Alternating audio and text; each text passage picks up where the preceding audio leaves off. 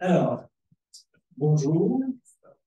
Merci d'être si nombreuses et si nombreux à cette conférence débat avec Monsieur l'ambassadeur de Norvège, qui interviendra en anglais, qui prendra vos questions, soit en français, soit en anglais, comme vous le souhaitez.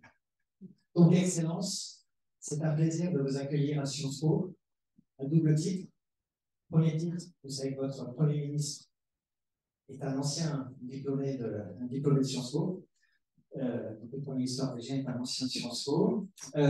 Et surtout, ici à Nancy, vous êtes dans le campus qui propose un programme Union européenne, partenariat franco-allemand. Donc, le thème de cette conférence débat d'aujourd'hui sur la question de la relation de la Norvège avec l'Union européenne est un thème qui résonne ici.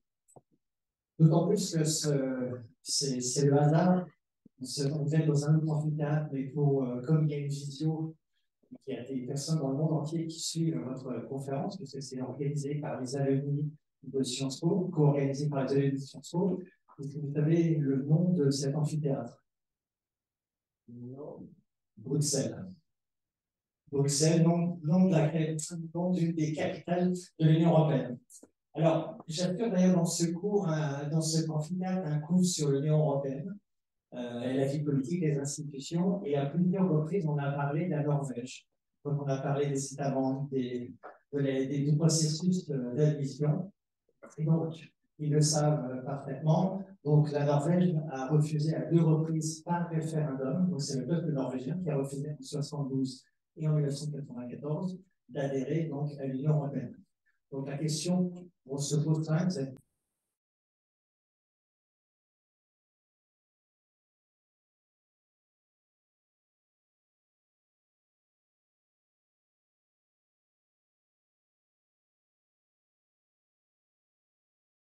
1994, cette vaste zone de libre-échange entre les 27 pays de l'Union européenne et les 3 pays de ce qu'on appelle l'Association européenne de libre-échange, ce qui a un avantage, notamment pour les étudiants norvégiens par rapport à Sciences Po, puisqu'on a un système de droit de scolarité qui distingue les citoyens de l'Union européenne et les étudiants hors Union européenne.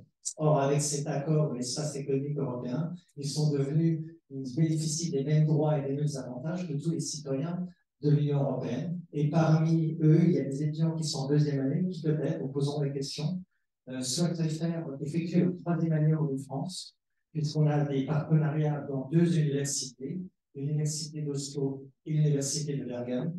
Et puis aussi également, c'est un nouvel accord à la Norwegian School of Economics. Donc, voilà. Donc, et puis, pour terminer, Elisabeth Chaillet-Le Forestier, qui est présente, et proposera un cours sur les aspects nordiques de différentes politiques européennes au 2e semestre pour les étudiants de 1re année. Voilà, donc, Excellence, je vous laisse le micro.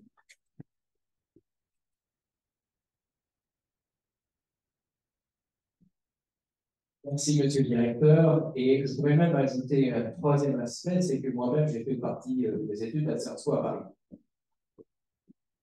Et voilà comment ça peut se passer. Premièrement, je suis ravi d'être là. Et c'est vraiment un grand plaisir de vous rencontrer tous. I'm going to do this in English, if it's okay with you. You can ask questions, comments afterwards in French, English, or Norwegian. So I'm going to do this in English. I'm going to just one thing that I have to say, because you teach EU affairs here. My first meeting with the European Union, or at that time, European Economic Community, was exactly at the same course you gave on European integration at Sciences Po in Paris. I hated it. It was extremely boring. But ever since, I haven't done anything else. I have been studying European studies, and I took a master's degree in England, paradoxically today. But that was actually my first meeting was with a very boring meeting with the European Union in Sciences Po. Sorry to say that, but actually it did change a lot apparently afterwards. Just to start with, because you said, Director, you said a little bit about our relations with the European Union. Let me just give you a framework. I know that you've been through this partly, and this might be important for your exams. Just to say, we have the relations for Norway, is we have this European Economic Area, the EEE, espace économique européen, with the European Union. This was an initiative that came from Jacques Delors initially, together with the Prime Minister of Norway at that time, and with the Prime Ministers of the EFTA countries at that time. So Jacques Delors thought in 1989, when you saw that the Berlin Wall was falling down, and one had to create some sort of relationship with countries like Austria, Finland, and Sweden, neutral, alliance-free countries, and other countries, not necessarily by enlarging the European Union or the European Economic Community, rather by having an extensive agreement with these very close economic and political partners. But the Berlin Wall, so the start of the negotiations, was with Switzerland, Sweden, Finland, Austria, and Norway, and Iceland. Liechtenstein came in a bit later. So these countries negotiated together, separately but together, an accord called then the European Economic Area. But as the Swedes and the Finns and the Austrians actually decided to apply for membership, this became a bit complicated for Norway. We had no intention initially to apply for membership because we had the experience from 1972 where the Norwegians said no, so this was only 20 years after. So with Sweden and Finland, our neighbors, when they applied, we thought, okay, we had to apply ourselves. So we had negotiations, you had an agreement, but it became never applicable for the countries like Austria, Finland, and Sweden. Just a very short period of time, because they had referendums as well, but they voted yes. We thought, and the political leadership in my country at that time, thought that, okay, let's get the others to vote first. Austria, that was fairly safe. But Finland and Sweden could be a bit more complicated. But still, if they voted yes, there was a certain hope, feeling that, okay, if they vote yes, maybe the Norwegians would follow. The Norwegians did not. And we can go a bit back, if you have questions on that, why did we vote in favor? But what we then had was that in the end, we just had the EEA agreement. That was a fallback. Many saw perhaps, and the Prime Minister at the time, Mrs. Gro Harlem Brundtland, she saw perhaps the EEA as some sort of a stepping stone for EU membership. But it became in many ways perhaps one of the reasons why we did not vote yes, because that was some sort of a safety net if you didn't want to become a member. So it meant that we did not want EEA. The Swiss negotiated, but they said no. So they did not become even a part of the EEA. And you see the relationship between the Switzerland and the European Union today is complicated, to put it mildly. What does the EEA give us? It does give us access to the internal market. It gives us, well, you have what are the 4 freedoms?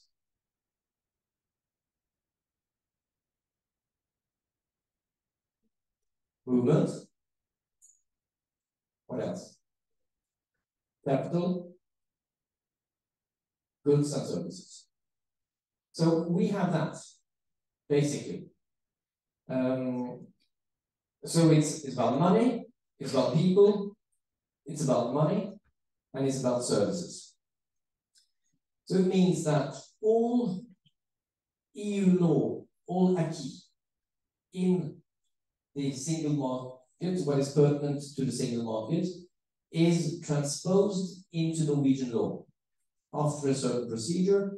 We can go into details later, but it's a bit complicated procedure, which means that all laws that are linked to the internal market should be applicable in the same way in Norway. and it gives then Norwegian businesses, persons, the same rights and the same obligations as any other EU citizen or any other EU company. So what happens? The EU, just very schematically, EU adopts a law. The EU and the EFTA states, Liechtenstein, Iceland, and Norway agrees on which laws that should be incorporated, and then it's incorporated into Norwegian law, or Icelandic law, or Liechtenstein law. It has to be translated, which is complicated sometimes, it takes time. Into Icelandic, they have to have translators, they have to check it, they have the lawyers to check it, jurists, linguists, and so on. And the same do we have to do. But it's within Norwegian, within the Norwegian laws. When we negotiated the agreement in 1994, in 1992, this was fairly limited. There were fairly limited number of laws. There were, I don't know how many, but there were far, far less than you have today. So when we talk about the EEA agreement as a dynamic agreement, it is dynamic in the sense that it's extended every day. Every day we get new regulations into the EU, into the Norwegian law. So that's the dynamic element of it. On the other hand, it's standing still because it's basically, and that's one of the challenges we see today, it's basically based on the Rome Treaty. It's based on what was internal market in 1992, and that was basically the Rome Treaty after the Single European Act and so on, but still basically the Rome Treaty. Which means that in many ways, even though we incorporate all single market legislation, we do not incorporate all legislation that is, well, not necessarily, that is linked to other areas around the single market. You see the difference? Because you'd have the single market, you can say, okay, is this EA relevant or is it not relevant? And in less and less cases, you get that this is directly EA relevant, even though it has a bearing on the internal market itself. An example on environmental issues. In environmental legislation, European environmental legislations, you have now criminal law incorporated in it, because you can get fees. No, you can get you can be punished if you do not apply the regulations as you should. And then you incorporate some sort of criminal law that is not a part of the EEA agreement originally. So how do you define the laws? What is directly applicable and what is not applicable, even though it is the same regulation? So this is something that we have to negotiate every time. So it's quite time consuming and it's difficult, and we don't necessarily agree, because there are a lot of issues that are relevant for the internal market, but some things that we do not really want to have into the Norwegian legislation. But there's a pressure from the EU, there's a pressure from member states, and there might be pressures from lobby groups inside in Norway that you should do it. On the other hand, you should not apply it. So this is getting more and more complicated. Another issue is trade policy. Trade policy is not a part of the agreement. But what do you do when you have trade policy regulations that goes directly into the single market? So it's to define these, so you get plenty of job work for the lawyers, because how do you really define what should be inside and what should be outside? We normally find solutions. We get a few issues that are complicated. We normally find solutions, but it also means that in many ways, softly, we get more and more integrated. Maybe to the lack of knowledge of the Norwegian people. This is not something that Norwegians would wake up every morning and say, oh, how much did we take into the EEA agreement today? So it's getting more and more integration. Without perhaps this is perhaps the full understanding of how far we go. Some of it is very, we've chosen. You talk about education. We're part of Erasmus. That was a wish to participate in Erasmus. Or Horizon, scientific research programs like Horizon, or other programs, where this is something that we want to. But sometimes there are issues that, well, this goes a bit further than we normally would have. But this is something also we have to accept, in the sense that this is very difficult to say straightly no. In the agreement, we have some sort of a right of reservation. Some call it a veto right. This is a right to say, no, this is something we do not want to have in EEA agreement. We have never used that paragraph, that article. There's been questions on, we tried to do it on something called the third postal directive. I've been working far too much with the postal directive than I wanted to. But politically, that was something that some politicians did not want to take in, because that would liberate the postal services. The new government, when it came in place a few years after, they took away that sort of veto. But it means that in practice, we have never used this right of veto that we have in the agreement. And one thing that is interesting also is that every law that goes into the EEA agreement is in itself an international law, by definition. So if we do not follow up, we break international law. Remember the Brits, when there was one minister who says, we will just break international law in a small and specific way. Norwegians are not, we try not to do like that. When we do an agreement, we normally follow it. Which sometimes feels that we become a little bit more royal than the king today, or Norwegians would say more Catholic than the Pope, which we sort of very much, when we sign up an agreement, we follow it as much as we can. I said that trade policy is not a part of the EEA agreement. A few other things: customs, which means that there's a you see the borders between Sweden and Norway. There's also a customs border, which means you can't buy goods in Sweden without paying customs to Norway and the other way around. Agriculture and fisheries is not part of it. On the other hand, every food-related regulation, the quality of the food, the additives you can have in the food, it's in the agreement. It's complicated, but it works. Common foreign and security policy is not part of the agreement. There we have other agreements I can talk about. Justice and Home Affairs is not part of the EEA agreement, but there we are part of Schengen and Dublin. What is Dublin? Yeah, on asylum, and Schengen on the border control and so on. And we're not part of the monetary union. The Norwegian krona is independent. Of course, it's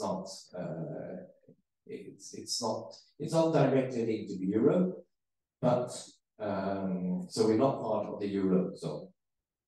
But it also means politically and democratically that with the agreement, we are not taking part. We don't have any parliamentarians in Strasbourg. We don't have any votes in the council, and we don't have any commission. We have experts working with EEA, EU legislation in the relevant areas, environment, energy, fisheries also, even though it's not part of the EU. But they are fonctionnaires. So we don't have a political say in the institution as such. So what we have to do, how do you influence the organization, an organization like the European Union?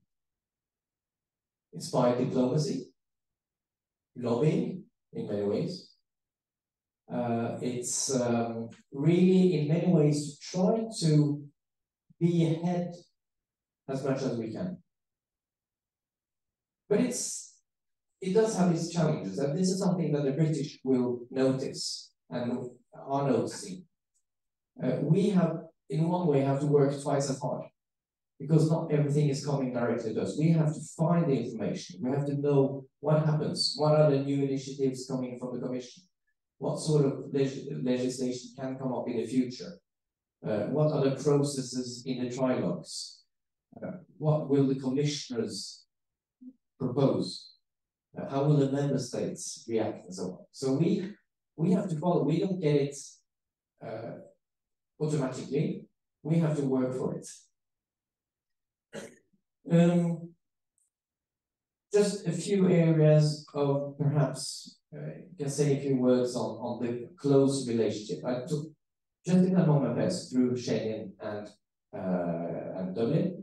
So the Schengen border in the north, the 190 kilometers of borders to Russia, is a Schengen border. And like Finland, like Sweden, like Finland has their borders towards Russia and the Baltics and others. In the common foreign and security policy, we have something that we call a structured dialogue, which means that we have regular consultations on foreign affairs, on Africa, Western Balkans, South America, Central Asia, other regions. Policies could be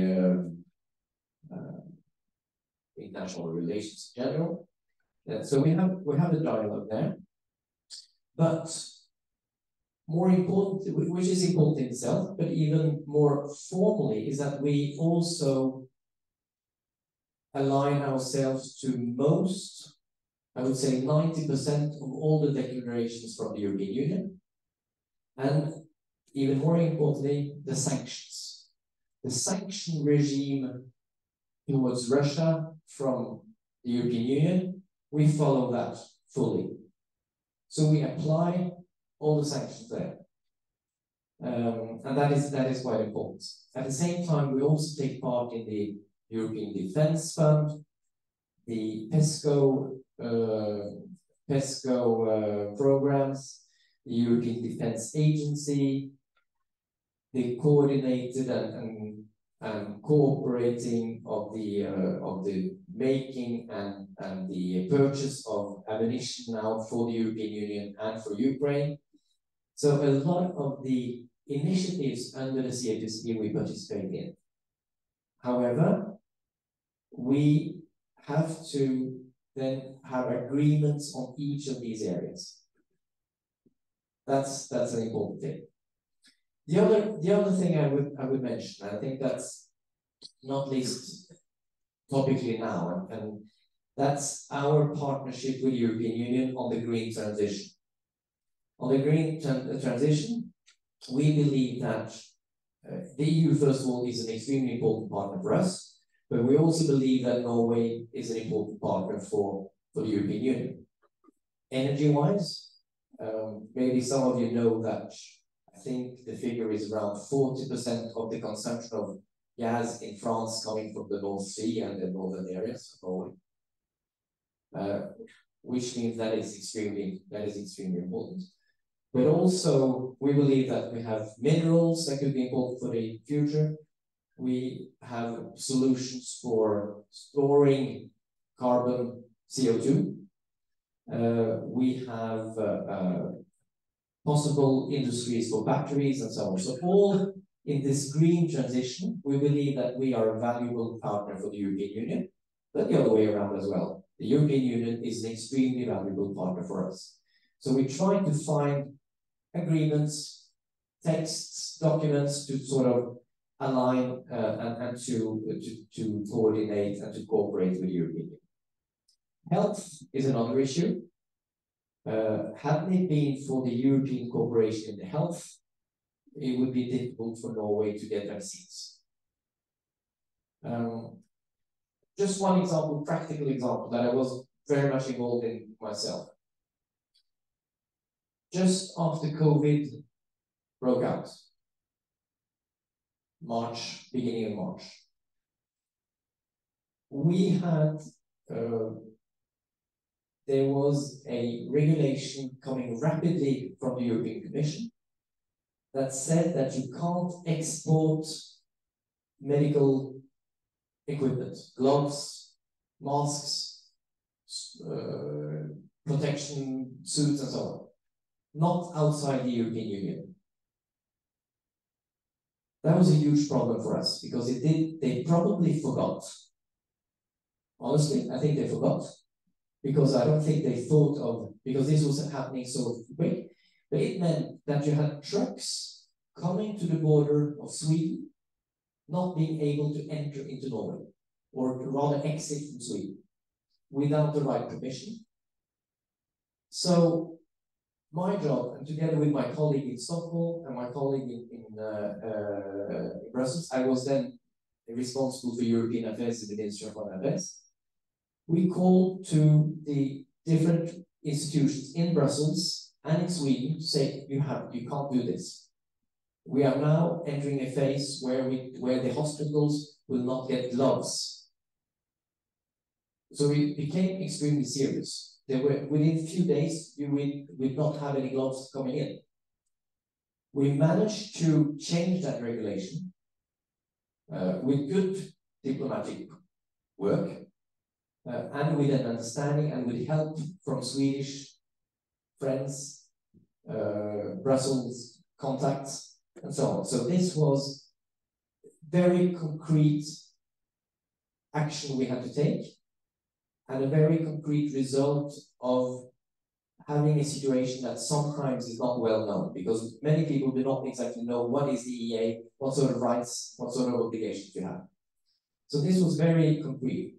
The other thing was that for vaccines, we had to rely on Swedish neighbors, French, Italian, other, to make sure that we got the vaccine. So they were, because in the EU, all the EU countries bought vaccines together. Norway was too small a purchaser, even though we could pay. No one would doubt that. But we were not interesting enough for the big companies. So we had to be part of the vaccine cooperation. And without the EU, we would have difficulties getting vaccines. There were even though sort of some views in Norway, why don't we buy Russian vaccines? That was not an option. We managed to do that, but that also shows a little bit of the vulnerability through an agreement like the EEA. We managed to find solutions. We could use the EEA as it, but it demanded a lot of work. Nothing comes automatically. So that's some of the challenges. On the other hand, basically, Norwegian companies, French companies, Danish companies, they can work on the same rights and the same obligations as all. So those were perhaps some of the more important issues and for us. Some of you will ask, why is not Norway a member? Any ideas?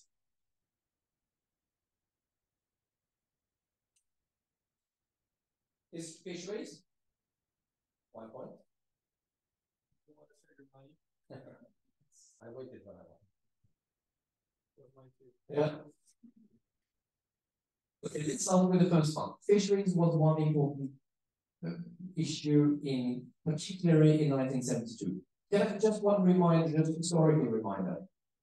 You know that the British wanted to join the European Union or EEC at that in the early 60s. And there was one certain general that said no. When the British applied, we wanted to do the same, because we traditionally follow British politics a lot. And when the General said no to the British, then we did not really, that was out of the question for us as well. In 1972, fisheries was one of the major issues. In 1994, it was one of the important issues, but a bit less. And today, probably that issue is less again, because fisheries, the whole fisheries sector has changed a lot. How is the fisheries sector today? Of course, we all know that fisheries, with the fishermen, fishery boats, and so on, it's extremely difficult. We've seen that in the Brexit negotiations. We see that in negotiations internally in the European Union. We see that negotiations with Norway, with Iceland, with the Faroe Islands, and so on. This is extremely difficult. But we have another addition today, is that you have aquaculture, which means you have the production of fish. And they need a market. And that market is basically 65% is the European Union. So that's an additional element today. But in 1972, that was not present at all. In 1994, a little bit more, but not that much. So fisheries, the right to fisheries, the quotas, the who should fish what, where, was a major issue. And the other thing, as you said, money. I think it's clear that, at least in 1994, the fact that we economically went fairly well was a big part of it. When we applied, Norway, 3 years earlier, Norway had just a financial crisis. Then it became more interesting. But a few years after, and paradoxically, again, the EEA agreement giving us access to the internal market was part of that economic equation. So it meant it's difficult to say economically, why are we wealthy? Of course, it's oil and gas. That's for sure. But at the same time, it's difficult to say, okay, what is oil and gas? And what is the internal market access?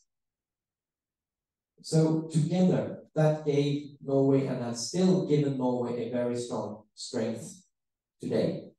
And it's difficult to say that Norway is in many ways a success story, even outside the European Union. But we are helped by the internal markets and access to that. And also, we are an interesting market for French companies, for Swedish or for Danish companies. But financial issues, I think probably to change the Norwegian population, you need some sort of a shock, whether it's security or financial. So what the future will bring, I don't know. Can I just say one last thing before we can sort of, any questions or comments or issues like the raise? We finished negotiations last week on a new financial help from Norway, financial support to the 15 least affluent or rich countries in the EU. It's about 3.3 billion euros over 7 years to go to everything from cultural monuments to rehabilitate cultural monuments, housing, social issues, road people,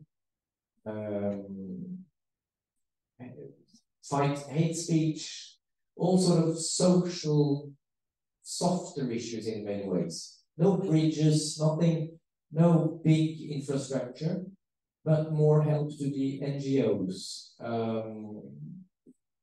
fight for values, for Jewish heritage in Poland, or for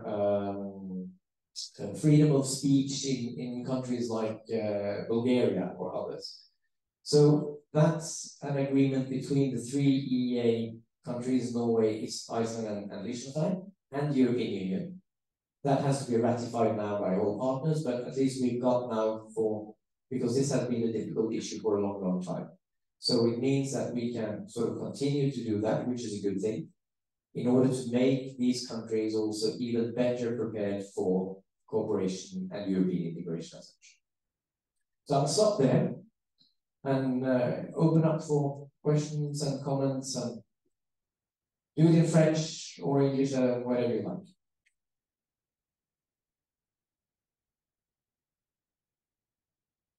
En bleu d'abord.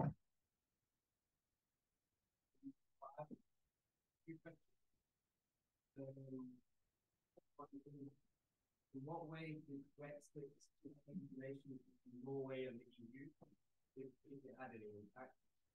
And also, since Brexit, has it had an impact on sort of the UK and the EU relations?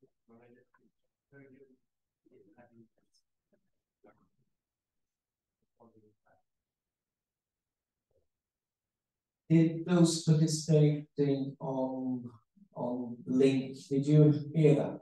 Well, the question was on Brexit. How does that impact EU-Norway relations and UK-Norway relations? Basically, that's a short version. First of all,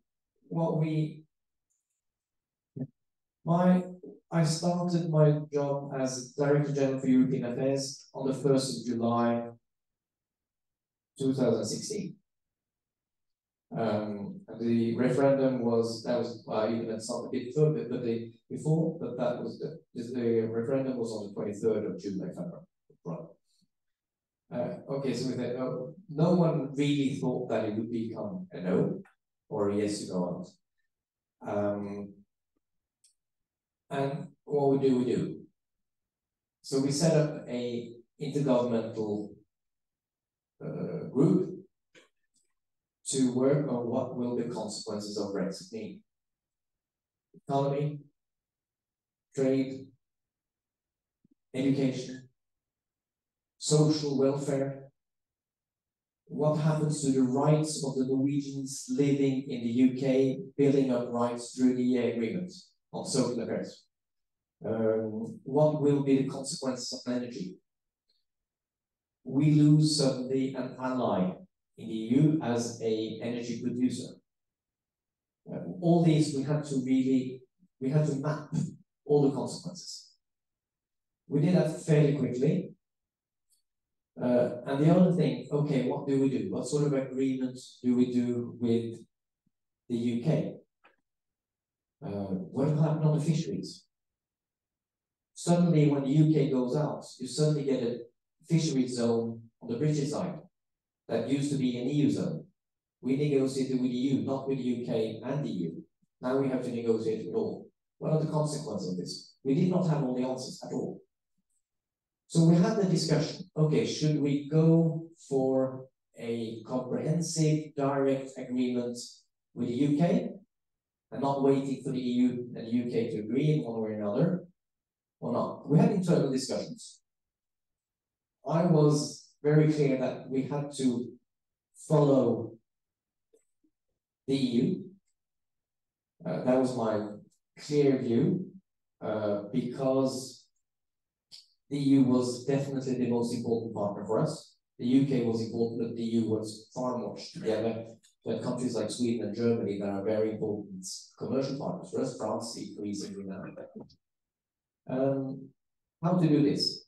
Which meant, okay, how can we sort of, because we needed some sort of agreement to get the UK out of the EEA. How can we do that? And we could not do that before the EU itself had negotiated with the UK, because it's so interlinked. So we had to wait and negotiate in parallel, but we did not really know the answers. And it must be admitted that the UK was not quite sure of their own answers. Changing interlocutors quite often. And we had to wait. And the other thing, okay, how can we sort of, because we needed some sort of agreement to get the UK out of the EEA. How can we do that? And we could not do that before the EU itself had negotiated with the UK, because it's so interlinked. So we had to wait and negotiate in parallel, but we did not really know the answers. And it must be admitted that the UK was not quite sure of their own answers. Changing interlocutors quite often. a very good dialogue with them, a good dialogue with them, and a very good dialogue with Monsieur Barnier and his teams. So that was actually quite a challenge, how to do this. So what we did was to take, in the end, a copy-paste in many ways on the relevant parts. Okay, what is relevant in the agreement between the EU and the UK? What is relevant for the EEA agreement? So we took it out and basically copy and paste. Then you had to find some adaptations. Social rights, education. You said, Derek, that for France, we have the advantage here of Norwegians. You can have the same rights as the French students. We have one anomaly in the EEA agreement at the time. That was that UK did not accept that. So Norwegian students in the UK had to pay non-EU fees, which meant that was much more costly, of course. But we did not manage to, the UK said no in 1992, 93 when we negotiated. That was not possible. But that did not change much because we paid the same thing anyway. So that was one issue for the youth of France, for instance, or for others, but it was not an issue for us because we didn't have it anyway. But otherwise, we had some complicated issues, and not least this waiting all the time. And when around Christmas 1920, to think now 2020, was it Christmas 2 years ago? 3 years? 21. When the agreement came just before Christmas, a lot of people in Norway really had to read through what the end of what is the result there. And then afterwards we managed to pick out what are the relevant parts and so on. It works, but it's a lot of work. I don't know how much British government knows how much work they've created everywhere. Not a boring thing. But that was one thing. So, and the other thing for us, really, we lost an ally in energy issues, for instance. We lost a close partner in the EA. What we noticed is that the interest for a country like France has increased.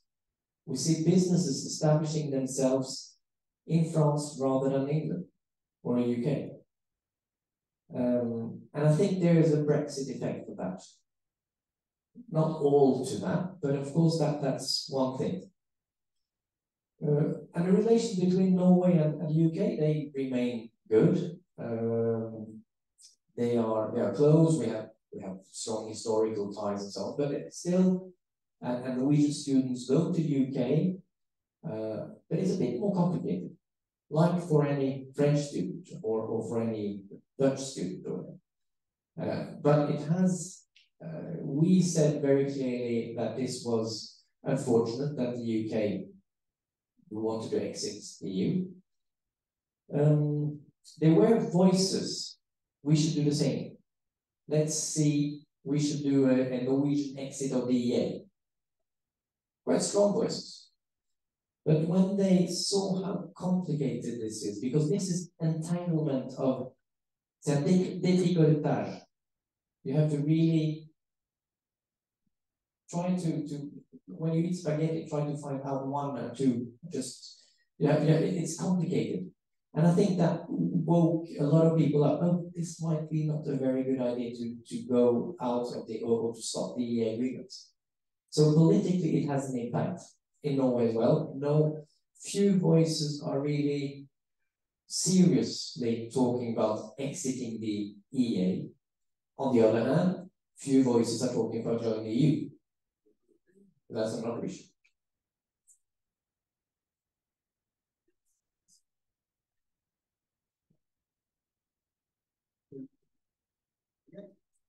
Parce qu'en fait, ce qui nous importe de l'autre côté de Zoom. I'm sorry, I might ask an unpleasant question to Notice viewers.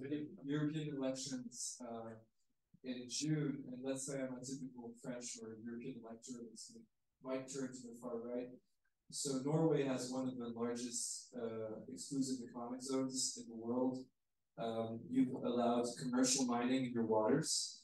your fishers, according to an investigation by your own public broadcaster, can fish in protected waters, and fishing accounts, I mean, fish from Norway accounts for 25% of all fish in the EU. So why should we, or the EU, broaden its access to its markets when you don't have strict environmental policies in those areas? Well, first of all, let me correct you. First of all, we have not opened up for mining in the sea, in the ocean. There is a white paper debated in Parliament on that. There is now an agreement between the parties to have even more stricter environmental issue. I think on the deep sea mining or the ocean mining, this is to be very clear, it's not for tomorrow, but there might be at a certain point when this and this and this environmental and climate considerations are mapped. So what we talk about now is a mapping and see what sort of resources do we have. Is it possible to do something? Because what we see today, and this might change also in the future because technology might avoid this. But okay, ask yourself the question, is it better to do it in an environment, and what we believe after a thorough scientific search, is it better to do it there in the oceans, hopefully in as environmental friendly way as possible, or to do it in a mine in Congo or in Latin America or wherever? We'll see. But it's not the decision to do it, but it's the decision to give the concept. But I know, but you're right to say it, because this is something that has been very much in media and communicated. So I understand your question, because that so just there are clear limits on what we do, and I can assure you that we will do, if we do it, it will be done in the best possible way according to our own norms and the international norms. So that's one thing. On the fisheries, we have just one example. The codfish stock in northern Norway, outside Russia and Norway. One of the only things, perhaps, that we really still cooperate with Russia on today is the joint management of the fish stock in the north, in the Barents Sea. And the reason for that is that this is something that we have done for 50 years. And we have to, in order to maintain a viable cod stock for everyone, not only for Norway and for Russia, is to have a joint management. We have to have agreements on how much we can fish. And we always base it on the scientific level in order to be able to preserve it. And it's probably the only fish stock that through management has really increased the stock of the fish. It's the only fish that has increased the stock because of a management that has been working for many, many years. This was a difficult political question. Should we continue or not? Because of Russia. The decision was made, yes, this is for the best for all of us. And I'm not talking about Norwegians, talking for all of them. It's the best thing that we keep that. So the fish management, I truly believe, and I'm not only saying this because I'm the Norwegian ambassador, but I truly believe that we are among the countries that keeps the best stocks and manage in the best possible way the fish stocks. It's not perfect, but we've done a lot of work to try to avoid illegal fishing, throwing out fish of the fishermen, of the fish boats and so on, because of the wrong fish that is caught and so on. So we try to push that in international organizations, including in the EU. So I hope and I believe that we are doing fairly well in that. We can always be better. Another question? Yeah.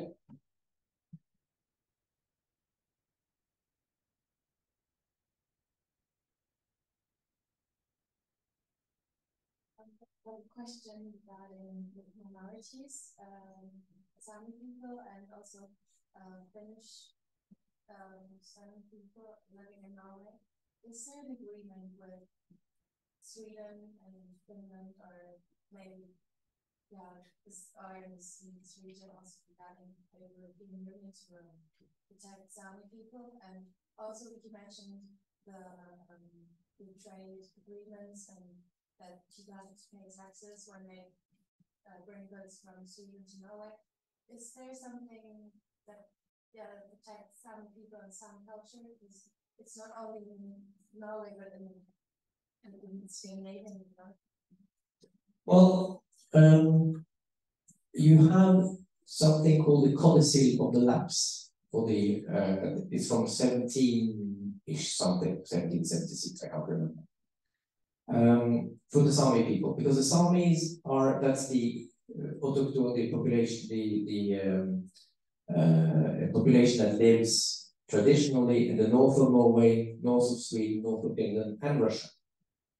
And that agreement from 300 years old makes sure that they can bring the reindeer herds across the borders. And the reindeer herding, and that's their traditional way of life. Many Sami people do not do that now. They work in any job as all of us. But it's still an important tradition, and it's their main sort of cultural heritage in many ways. So that works. So they can bring reindeer from one country to the other. But it's very complicated. It is because they have to. Well, we have to agree with the Swedes and the Finns that this is within strict regulated and so on. But it works quite well. Internally in Norway, and this is interesting politically, and this is something that the rights of the Sami people. The Sami people were not allowed to speak their own language or learn their own language until they could speak, but they could not learn it until the 60s. We did not treat them very well. The Sami language is very, very different from any language you know. And we've seen now, we built wind farms in the middle of, not in the middle of nowhere, but in the middle of Norway. A huge wind farm park that the Supreme Court deemed was not keeping the rights of the Sami people or safeguarding the rights of the Sami people. There were around 30 families having the reindeer herding where these windmills were built. And we're still struggling on how to solve that because the windmills are built. And there's been protests, including from Greta Thunberg and others that have supported them. And this is something that and a lot of some rural communities, environmentalists, those who are fighting for the rights of the indigenous people, then you get a conflict between, okay, this is climate, we need to do something for the climate change. We need windmills as part of solving the climate crisis. At the same time, how do we preserve all the rights on land or offline as well? For instance, the Sami people. We don't have the solution yet. How will we do this? Will we build down all these windmills that we need? Should we safeguard the rights of the Sami people where the Supreme Court has told us to do so? So this is unfortunately, I think, a conflict that we might see in the future in more places. Just see the establishment in France. We have now the chasseurs. Together with environmentalists, rural populations, at the same time that we need to do something concerning climate. How do we mix this? And then we have a conflict in the years to come. So I don't have any proper answer, but and that's a struggle. I don't know if that replied to your answer, but I think that might be a little bit in that direction you want to go.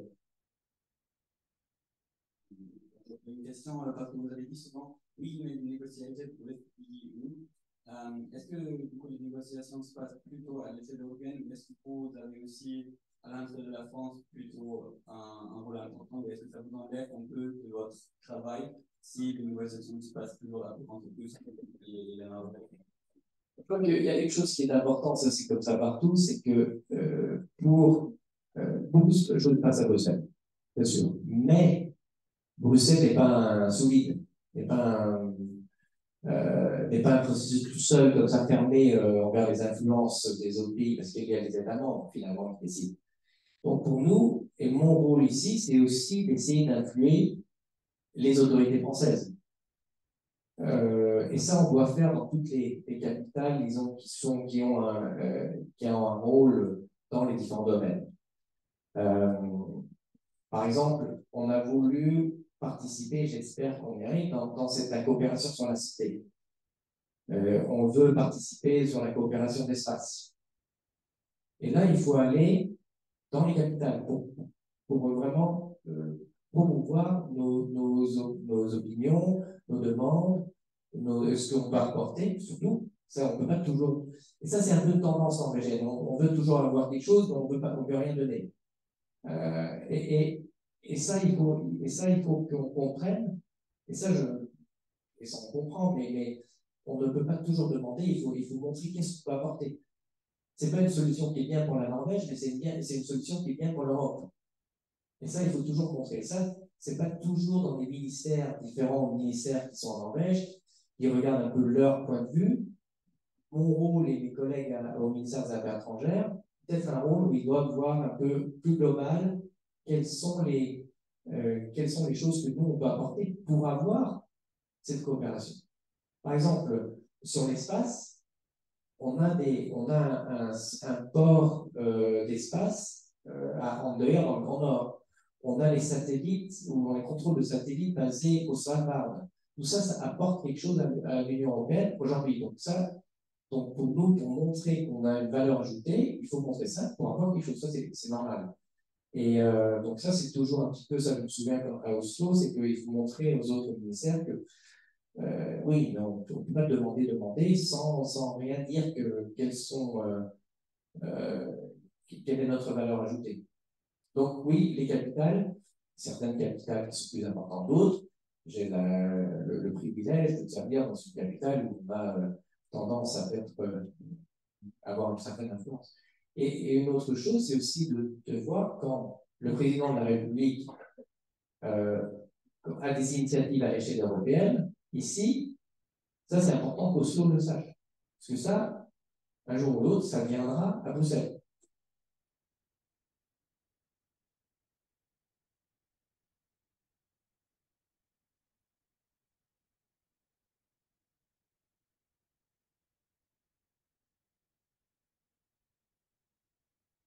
To come back to the subject of plenty of different content, but when it comes to deep sea mining, do you actually believe that, opening an area of about 280,000 square kilometers to deep sea mining could be done in a way that's good for the environment? There will be, we have a long experience with oil and gas. And I know some of you would say, well, we should stop it. But we need some sort of energy transition. So, but that experience is also showing that it's possible to do the exploration in a manageable and sustainable way. However, we're not opening up the whole area. We will have concessions, but I hesitate a little bit on this because we are not there at all yet. But if we're going to be there, and this is I think politically it would be suicide if you really do something that is extremely difficult or dangerous for the environment. But on the other hand, you are right, because even the Environment Directorate in Norway has criticized the white paper on how they do it. So this is a political discussion. The agreement a few days ago between the political parties strengthened even further the sustainability aspect of it. My personal view is I'm not sure this will be done. I don't know, because I think technologically we will find other solutions. Because this takes time. If you open up, first you have to explore, you have to map all the resources. You have to see how it's possible to do it. It takes 10 years. And in 10 years, who knows? But it's a good question, and you're not the only one who asked it. See that time flies, but it's up to you. I see there's a question in green there first, and then you.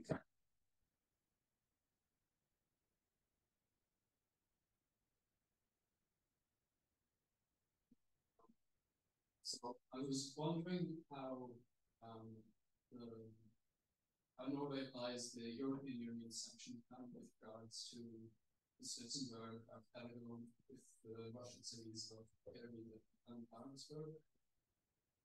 As I'm aware that the European Union has made a lot of restrictions on Russian companies traveling within the European Economic Area.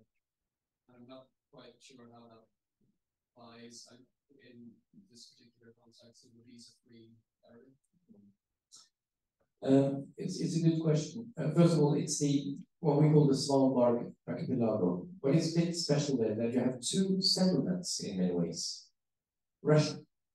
When you go there, it's like entering Soviet Union anno 1976. It's very special. I think you still have a Norwegian post office there in Sort. So this is part of the Paris Treaty from 1920, that Norway had the sovereignty of the archipelago, but all signatories of the treaty had rights and obligations there, but it's under Norwegian sovereignty. Every flight to Barentsburg has to be cleared by Norway. Russians living there do not have access to the Schengen area. By the way, a lot of Ukrainians live there. These are all miners. These were mines in East, but they're not in there. They're not in, well, very few functions left. Extremely harsh conditions. And the Russians are complaining, but we are quite strict on the possibilities they have.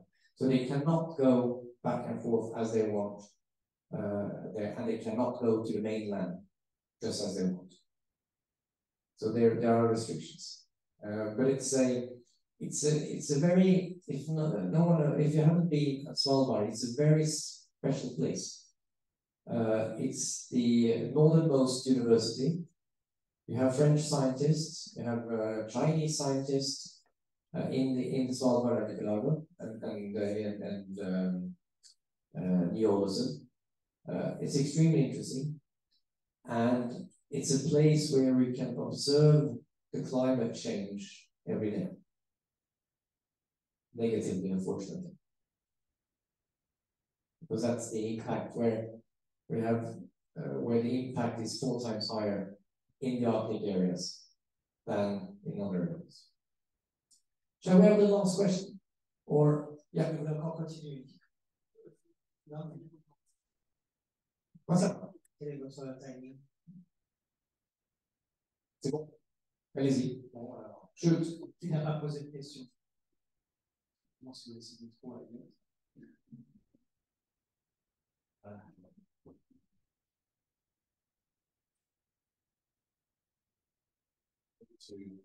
I'm really trying on something much more light. Do you think that Erling Haaland deserves to have an award instead of doing this?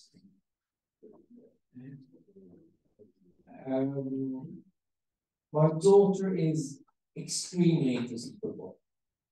I try to follow her. She would say that no, it's a bit too early. So Messi, he had the championships. Norway has not participated in the championship. On the other hand, Poland, well, he will come. So we have that as the last question, or another one. Oh, there's another one on the same page, or I don't know. I'm going to steal your sweatshirt too.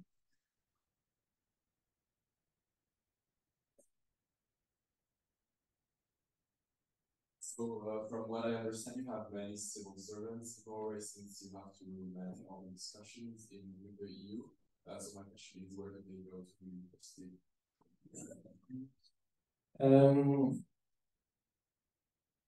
It depends on which ministry. Most of them go to the Norwegian universities. Bergen, Trondheim, Tromsø, Oslo, plus a few more, the commercial or business schools. The large majority in Norway. Otherwise, a lot of students have studied abroad. Denmark, Netherlands, the UK, France, more and more. And you have several, I think I have, I don't know how many all in all, in South all in all, 60, 70 or something. I know because 50 of them, at least a lot of them are at the Maison Norvège at the Cité Internationale in Paris. Otherwise, well, in the UK, it could be any university. One thing we have very developed students' aid, financial aid. We have loans and scholarships that goes, which it's an incentive to go abroad and to study.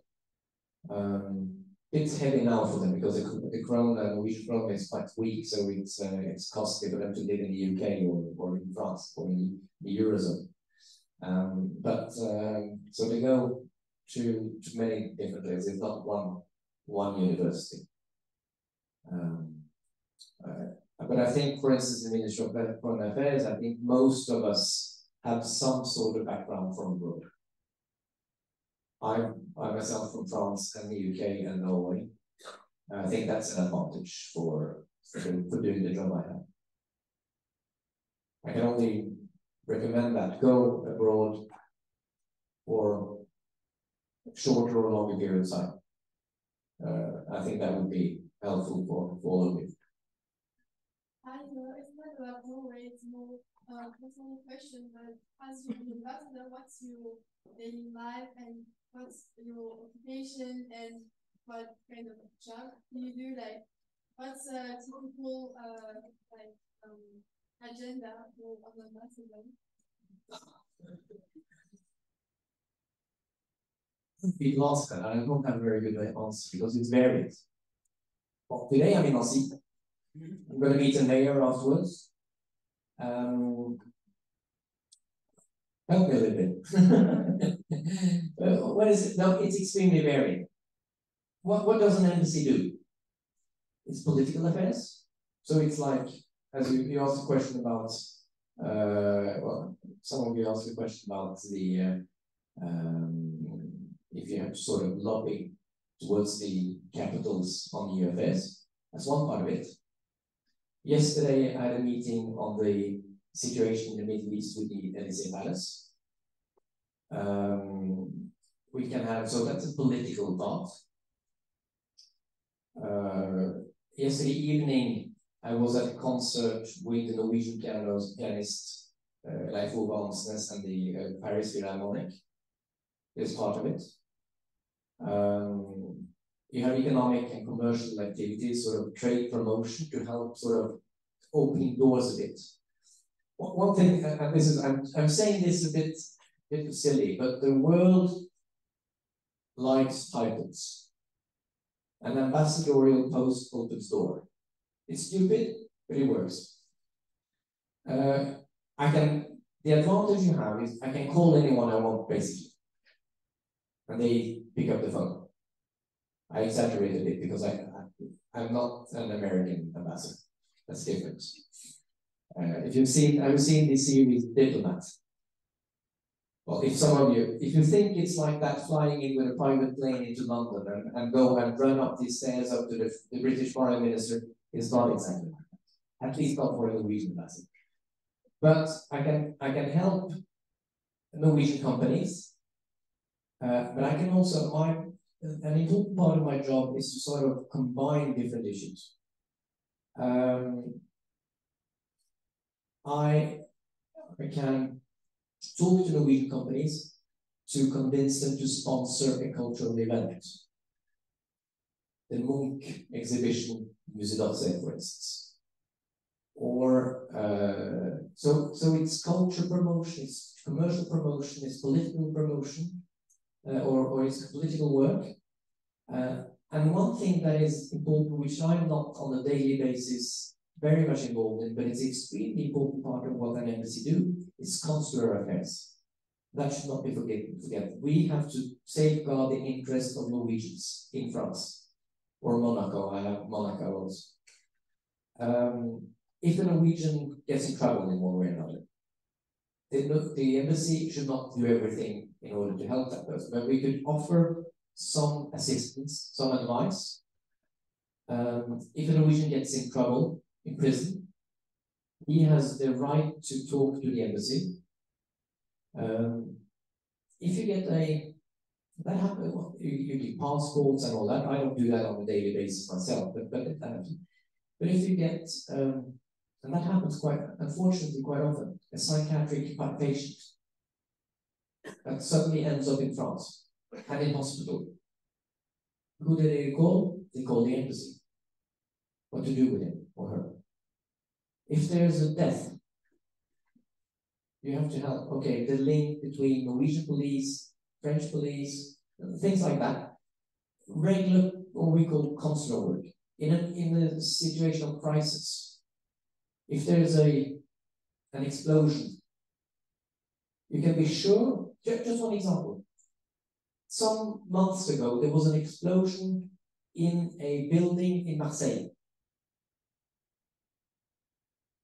It took 2 minutes. 2 minutes. When it went on the local media in Marseille, till a Norwegian journalist called the embassy, are there any Norwegian there? We did not have any answer, but it goes so fast. Because they follow all events everywhere in the world, and they say, are there any Norwegians? So we have to reply, and we have to be careful, because we can't reply, yes, there's a Norwegian, no, there are not, and suddenly there is. So that's a problem. And I think that's something that's a part of the job that you don't necessarily think of, but it's part of it. So a normal part of my job would be to perhaps advise my colleagues on this and this matter. Or I could be interviewed by a young that made a video yesterday on Norway and my relation to history and the importance of history. It could be a conference on European Union. It could be a meeting with the Musée d'Orsay on the next exhibition of a Norwegian painter. So I think the variety is perhaps the buzzword. It can be anything, and no issue is too small and no issue too big in many ways. But Batin could sort of tell me more. He's on the communication side, and what do we do otherwise? Sports, Olympic Games, cooperate with the Olympic Committee in Norway. And to be in Paris and covering France, it's where we have so many issues together, so many things are happening here. Organize meetings, our ministers when they come. I participated a few weeks ago in a bilateral meeting with President Macron. So the Prime Minister, the President, two of his advisors, the State Secretary and myself, we sit around the table for lunch. It's quite fun. One last question. Thank you very much for being here today. So my question was especially about the relationship that Norway has with the European southern countries, especially Portugal, Spain, and Italy. And I also have a second question, whether you think that this desire that Spain has to power Europe through solar parks ever become a threat to Norway's relationship with all and Europe's dependence on this one. So the last question goes on solar. Solar parks in the sun. Ah, yeah. So it's talking about like solar. Yeah, sorry. Solar power. Well, first of all, the relation with Italy and Spain and Portugal. They are, well, first of all, a lot of Norwegians live and travel to Spain and Italy, but many travel to Spain and stay there. You have small Norwegian communities. So that's, again, back to the consular work. That's something that my colleague in Madrid has to do a lot. Much more difficult case than we have. It might be said that there are often a bit different people going to Spain than to southern France. I won't go into details. But otherwise, politically, the relations are good, but not very close in the sense, because it's far away in the sense, and it's culturally it's a bit different. But on the other hand, I think most Norwegians love all three countries, but don't necessarily have a very close relation. And I think my colleagues in the three capitals, Lisbon, Madrid, and Rome, have a slightly less broad agenda than I have. And it's also, we have also to admit that there is more interest for some countries than for others, back home in Norway. The fact that we have a prime minister that has a background from Strasbourg has given him a particular interest in France. Norwegian companies, for instance, would establish themselves perhaps more easily in France than in Italy. But it doesn't mean, we don't have any big difficult issues. Energy cooperation is important with all three. Offshore wind in Portugal, LNG and offshore wind like the Canary Islands for Spain. Solar, I don't know how much we have been involved in solar development there, but I think the same thing with Italy. But paradoxically, solar is something that we would like to push because Norway has some advantages for the technology. We have technology that is interesting also for others in order to, when we talk about European sovereignty and strategic autonomy and so on, we have some technology, wafers and other things that you need to build the solar panels. We have the minerals, we talk about minerals that are ready, possible to use, not in the ocean, on land.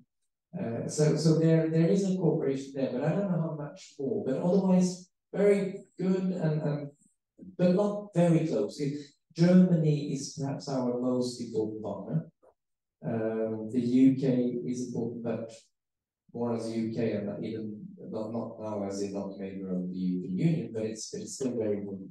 France is increasing, Poland is increasing, and the Nordic neighbors, and Dutch country, and the Netherlands. I think that's sort of basically if you really want to weight what are the most. But again, back to the question on preserving Norwegian interest in the European Union. we should not forget the capitals. And there, Rome, Lisbon, Madrid are important in many ways. It depends on which areas. So, makes sense. Thank you.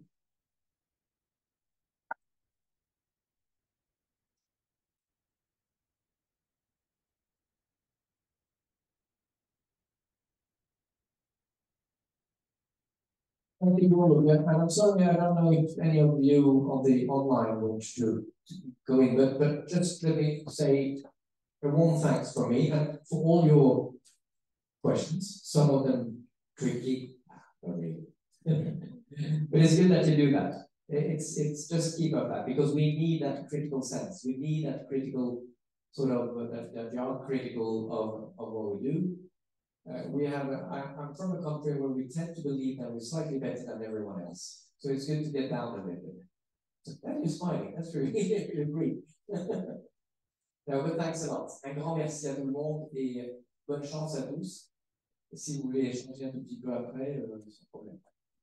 Merci.